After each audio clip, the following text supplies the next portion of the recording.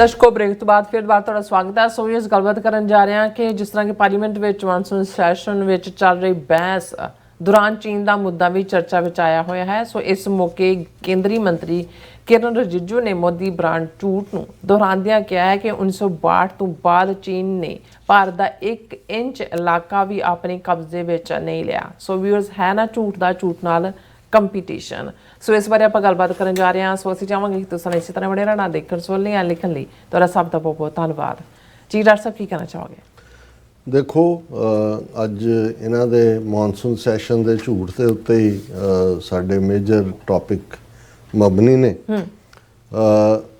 ਮੋਦੀ ਨੇ ਤਾਂ ਬਾਹਰਲੇ ਇੰਟਰਫੀਅਰੈਂਸ ਦੀ ਬਿਲਕੁਲ ਡਿਨਾਇਲ ਦੇ ਲੈਵਲ ਤੇ ਇੱਥੋਂ ਤੱਕ ਜਾ ਕੇ ਕਿਹਾ ਕਿ ਜੀ ਕਿਸੇ ਦੁਨੀਆ ਦੇ ਮੁਲਕ ਨੇ ਸਾਨੂੰ ਨਹੀਂ ਰੋਕਿਆ ਆਪਰੇਸ਼ਨ ਸੰਦੂਰ ਤੋਂ।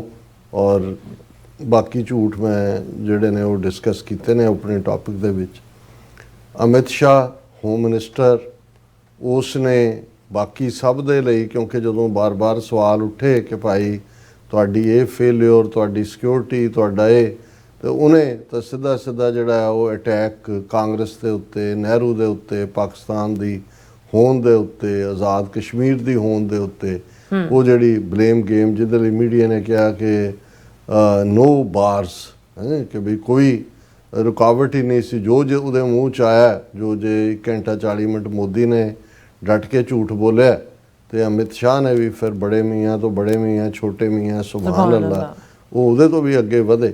ਹੁਣ ਜ਼ਾਹਰ ਹੈ ਵੀ ਸਾਰੀ ਡਿਸਕਸ਼ਨ ਦੇ ਵਿੱਚ, ਕਿਉਂਕਿ ਇੱਕ ਪਾਸੇ ਜਿੱਥੇ ਉਹਨਾਂ ਦਾ ਫੌਜੀ ਚੀਫ ਲੈਵਲ ਦੇ ਬੰਦੇ ਸੈਕੰਡ ਲੈਫਟੀਨੈਂਟ ਜਨਰਲ ਉਹਨੇ ਇਹ ਕਿਹਾ ਸੀ ਕਿ ਜੀ ਭਾਰਤ ਨੇ ਜਿਹੜਾ ਆਪਰੇਸ਼ਨ ਸੰਦੂਰ ਜਾਂ ਇਹ ਜੰਗ ਲੜੀ ਇਹ ਇੱਕ ਪਾਕਿਸਤਾਨ ਦੇ ਖਿਲਾਫ ਨਹੀਂ, 3 ਘੱਟੋ ਘੱਟ ਮੁਲਕਾਂ ਜਿਨ੍ਹਾਂ 'ਚ ਚਾਈਨਾ ਔਰ ਤੁਰਕੀ ਹੈ। ਜ਼ਾਹਰ ਹੈ ਜੇ ਮੋਦੀ ਕਹਿੰਦਾ 1000 ਡਰੋਨ ਆਇਆ, ਡਰੋਨ ਮੋਸਟਲੀ ਟਰਕੀ ਬਣਾਉਂਦਾ ਉਹਨਾਂ ਦੇ ਸੀ, ਔਰ ਇਹ ਉਹਨਾਂ ਦੇ ਸਾਰੇ ਹੀ ਮੰਨਦੇ ਨੇ ਕਿ ਭਾਈ ਜਿਹੜੀ ਚਾਈਨਾ ਹੈ ਉਸ ਨੇ ਲੌਜਿਸਟਿਕ ਔਰ ਦੂਸਰੀਆਂ ਚੀਜ਼ਾਂ ਪ੍ਰੋਵਾਈਡ ਕੀਤੀਆਂ ਜਿਹੜੀਆਂ ਪਹਿਲਾਂ ਕਦੇ ਨਹੀਂ ਹੋਇਆ। ਅਦਰਵਾਈਜ਼ ਜੇ 65 ਦੀ ਜੰਗ ਸੀ, 71 ਦੀ ਸੀ, ਈਵਨ ਕਾਰਗਿਲ ਵੇਲੇ ਵੀ ਜਦੋਂ ਕਿ ਪਰਵੇਜ਼ ਮੁਸ਼ਰਫ 1999 'ਚ ਖੁਦ ਚਾਈਨਾ ਗਿਆ, ਚਾਈਨਾ ਦੀ ਬਿਲਕੁਲ ਪਾਰਟਿਸਿਪੇਸ਼ਨ ਨਿਲ ਸੀ। ਬਿਆਨਬਾਜ਼ੀ ਦੇ ਵਿੱਚ ਉਹਨਾਂ ਨੇ ਭਾਵੇਂ ਕੋਈ ਵੀ ਐਂਟੀ ਪਾਕਿਸਤਾਨ ਲਾਈਨ ਨੂੰ UN ਸਿਕਿਉਰਿਟੀ ਕਾਉਂਸਲ 'ਚ ਵੀਟੋ ਕੀਤਾ ਹੋਏਗਾ ਕਸ਼ਮੀਰ ਮੁੱਦੇ ਤੇ, ਲੇਕਿਨ ਇਹ ਪਹਿਲੀ ਵਾਰ ਹੈ ਕਿ ਚਾਈਨਾ ਨੇ, ਔਰ ਇਹ ਉਹਨਾਂ ਦੇ ਮਿਲਟਰੀ ਐਕਸਪਰਟ ਆਪਣੇ ਖੁਦ ਪੁੱਛਦੇ ਨੇ ਕਿ ਇਹਦੇ ਲਈ ਕੌਣ ਜ਼ਿੰਮੇਵਾਰ ਹੈ ਕਿ ਚਾਈਨਾ ਔਰ ਪਾਕਿਸਤਾਨ ਅੱਜ ਇੱਕ ਪੇਜ ਤੇ ਆਏ ਨੇ।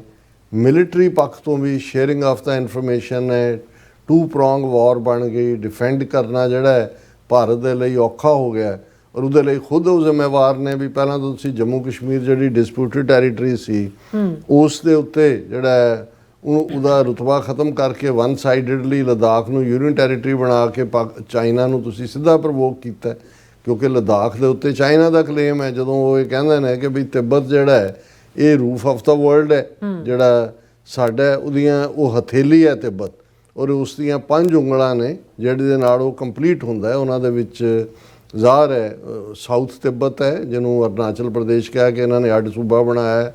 ਕਿਸੇ ਜ਼ਮਾਨੇ 'ਚ ਉਹਨੂੰ ਨੇਫਾ ਕਹਿੰਦੇ ਸੀ, ਨਾਰਥ ਈਸਟ ਫਰੰਟੀਅਰ ਏਜੰਸੀ, ਬਾਅਦ ਦੇ ਵਿੱਚ ਇਹ ਸੂਬਾ ਬਣਾਇਆ। ਲੱਦਾਖ ਹੈ ਔਰ ਨੇਪਾਲ ਹੈ, ਸਿੱਕਮ ਹੈ, ਭੂਟਾਨ ਹੈ। ਔਰ ਜ਼ਾਹਰ ਹੈ ਵੀ ਚਾਈਨਾ ਜਦੋਂ ਤੱਕ ਇਹਨਾਂ ਸਾਰਿਆਂ ਨੂੰ ਆਕੂਪਾਈ ਨਹੀਂ ਕਰਦਾ ਉਹਦਾ ਉਹ ਮਕਸਦ ਓਵਰ ਨਹੀਂ ਹੋਣਾ।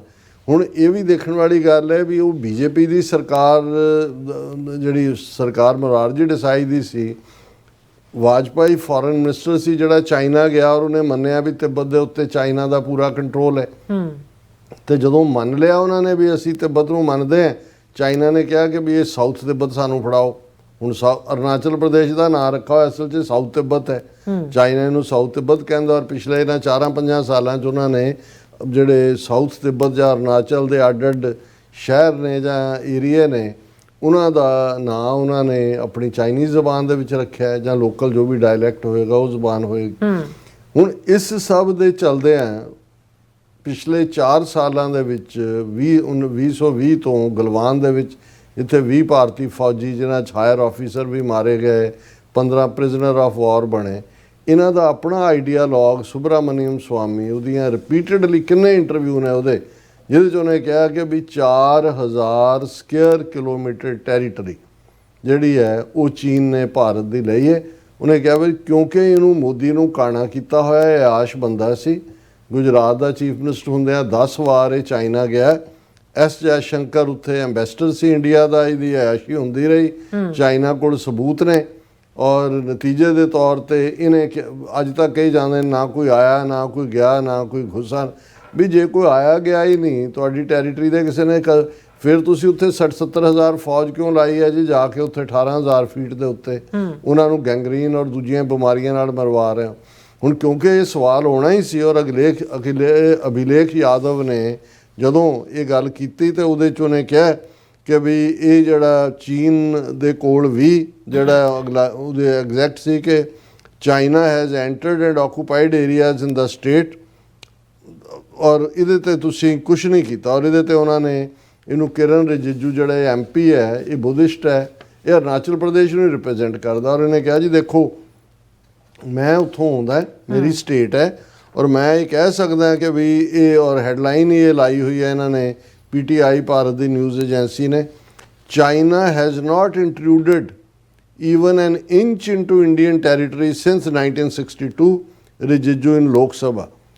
ਹੁਣ ਸਿੰਸ 1962 ਇਸ ਲਈ ਕਹਿੰਦੇ ਨੇ ਕਿ ਜੀ 1962 ਦੇ ਵਿੱਚ 38,000 ਸਕੁਅਰ ਕਿਲੋਮੀਟਰ ਟੈਰੀਟਰੀ ਜਿਹੜੀ ਫਿਗਰ ਅਮਿਤ ਸ਼ਾਹ ਵੀ ਦਿੰਦਾ ਹੈ ਉਹ ਨਹਿਰੂ ਨੇ ਗਵਾਈ ਵੀ ਚਾਈਨਾ ਨੇ ਉਹ ਭਾਰਤ ਤੋਂ ਖੋਇਆ। ਔਰ ਇਹ ਕਹਿ ਰਿਹਾ ਜੀ 1962 'ਚ ਜਦੋਂ ਕਿ ਸਾਡੀ 38,000 ਸਕੁਅਰ ਕਿਲੋਮੀਟਰ ਟੈਰੀਟਰੀ ਚਾਈਨਾ ਨੇ ਖੋਈ ਸੀ, ਹੁਣ ਤੱਕ 1 ਇੰਚ ਵੀ ਜ਼ਮੀਨ ਜਿਹੜੀ ਹੈ ਉਹ ਚਾਈਨਾ ਨੇ ਸਾਡੀ ਨਹੀਂ ਲਈ। ਔਰ ਉਹਦੀ ਐਗਜ਼ੈਕਟ ਕੋਟ ਹੈ ਕਿ ਵੀ ਇਹ it is quote unquote Rijiju ਦਾ it is important to correct the record since 1962 China has not intruded even an inch into our territory nor occupied any additional land. This fact must be made clear. ਇਹ ਰਿਜਿਜੂ ਕਹਿ ਰਿਹਾ ਕਿ ਨਾ ਉਹ ਆਏ ਨਾ ਉਹਨਾਂ ਨੇ ਕੋਈ ਜਿਹੜੀ ਐਡੀਸ਼ਨਲ ਲੈਂਡ ਲਈ। ਹੁਣ ਇਹ ਗੱਲ ਇਹੀ ਨਹੀਂ ਵੀ ਉਹਨਾਂ ਨੇ ਇੱਥੇ ਗੱਲ ਛੱਡੀ।